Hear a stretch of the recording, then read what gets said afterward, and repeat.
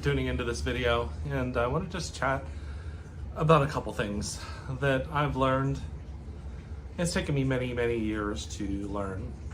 So first of all, when we talk about attracting things in our life, the one thing people have to understand is it was never missing in the first place.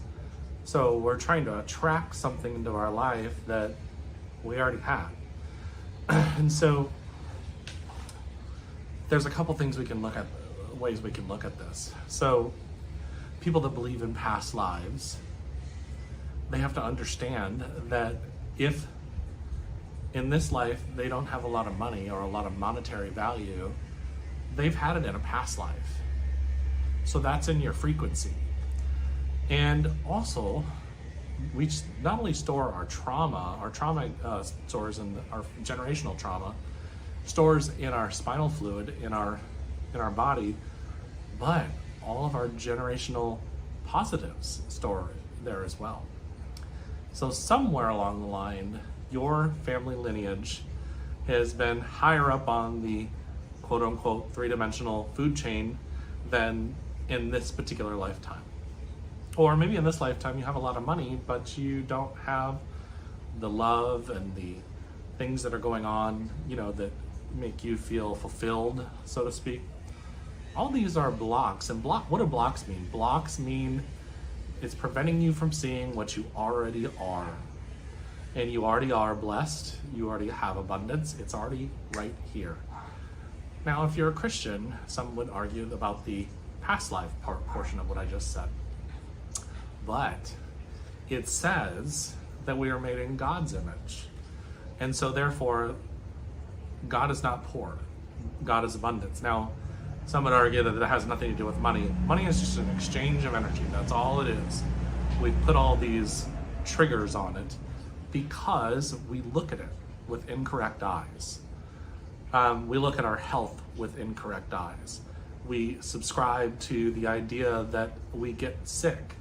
And of course, some people would say, in the three-dimensional world, well, duh, I just was sick last week, or I had a family member that passed away of this.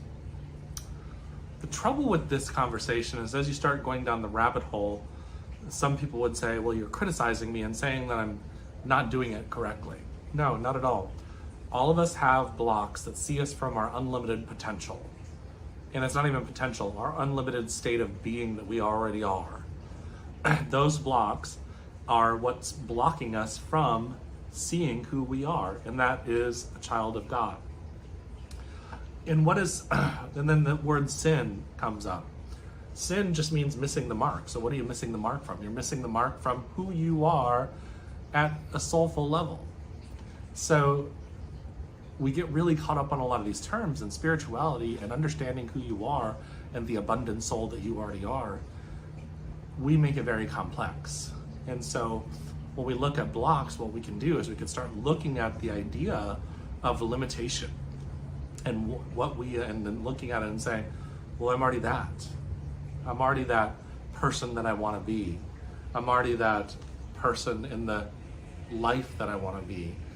And that I'm grateful for what I have right now, because in the state of gratitude, and if you're already there, once you start going into the worry and discouragement and the depression and all that other kind of stuff, you're automatically putting a veil up and you're putting a new block up that blocks you from what you already are in the first place.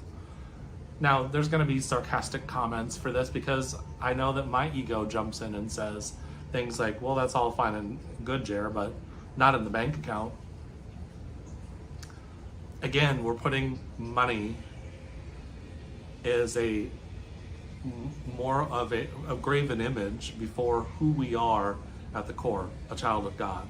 And thou shalt have no other graven images or other gods before thee. So you're worshiping money, even in a negative sense, over the divineness that you actually are. And so that's a sin there, because your eyes are looking out at something and thinking you don't have it when you actually do. And it's because it's all energy. And that's where we get really hung up on a lot of things. So what if we said everything happens in divine timing, divine order, divine plan, make it easy. In other words, I'm a child of God. I no longer have to do things hard. I no longer have to turn my back on what I know is my family on a soulful level. And so what happens is that when you start putting God first, the temple of God is within, and you enjoy life because the one that inherits the kingdom of heaven is childlike. When you start looking at that and you start enjoying your life and letting go of the things that no longer serve you on a soulful level in the highest and best good, then the world starts just to fall in place the way it should be at the highest and best good. But we get really caught up in, well, I have to be this way, I should be this way. And then some people will say, well, I guess we're just supposed to do whatever we want. And I'm like, I'm not saying that at all. If you are living within your soul in an alignment of the highest and best good, you would never just do whatever you want. You would do whatever was the highest and best good. Duh. And these are the kind of things we have to start looking at, because ego really twists things up because it can't see everything that is going on around us on a soulful level. And that's why it's very important. Divine timing, divine order, divine plan, make it easy. Because what you're declaring to the universe and to the soul, and to your soul, is that I'm going to be in alignment with you at the highest and best good, and I'm only asking for it in divine timing, divine order, divine plan, make it easy. Now, can you set intentions? Absolutely. I set an intention out last year that I want to start traveling more. Now, has that unfolded exactly the way my ego thought? Absolutely not. However, has it unfolded and been very enjoyable and exciting for me? Absolutely, yes, it has. So we're looking at this way that it has to be a certain way.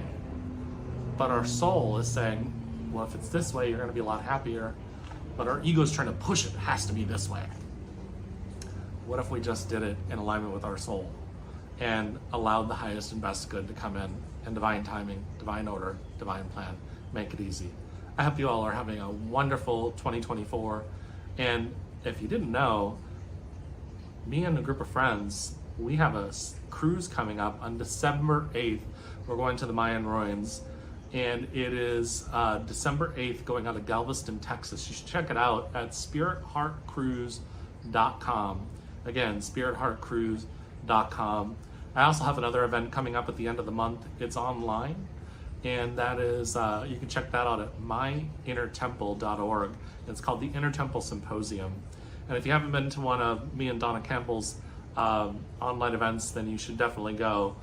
This time Rex Sykes is going to be partnering with us, and he's going to be one of the hosts, and I know you're going to love it. So much love, everybody, and hope to see you at one of these events. Blessings.